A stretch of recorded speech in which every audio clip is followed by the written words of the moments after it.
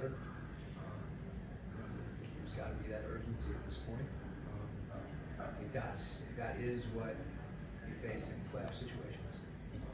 So that's something we need to understand. And if OG is as physical as he is, you've got to be able to, you may not be able to impose your will on a certain level, but we have to have that. I'm using him as an example.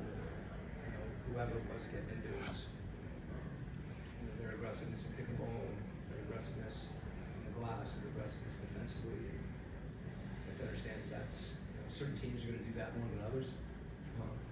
But it's something we've got to be prepared for and not just respond to, but initiate, regardless of size or strength or anything like that. It's a mentality that we have to have.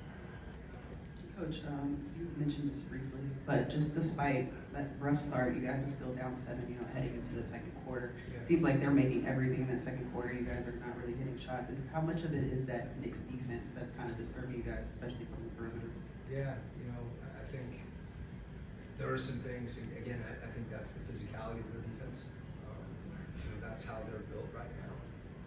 And, it impacted us. And as you said, we did respond at certain points.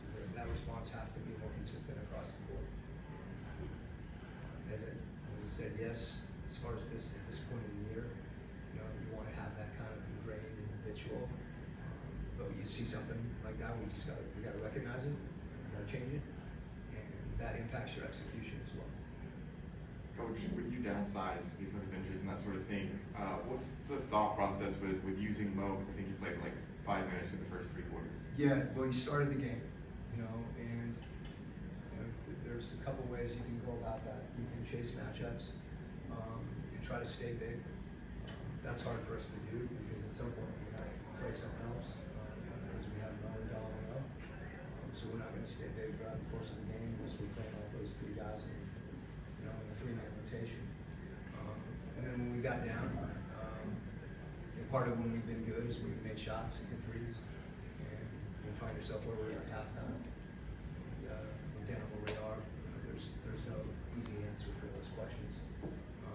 Shots go in, and that seems like the right thing. They don't go in. We weren't stopping them, but anyway.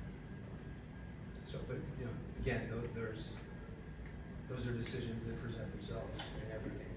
We've been playing 10 guys too, so however the minutes get distributed, it's been a little different from game to game. A few guys have consistently played. When we faced double big teams, we started big, and then if they downsize, we've done that. Or certain games we downsize, and then they play small too. So it's really a game.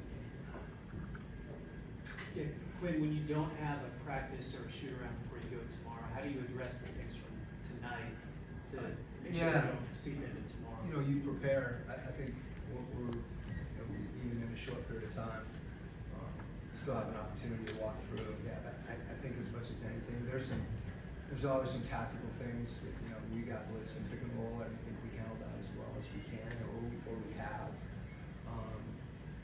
But more than anything, it's just kind of setting our minds.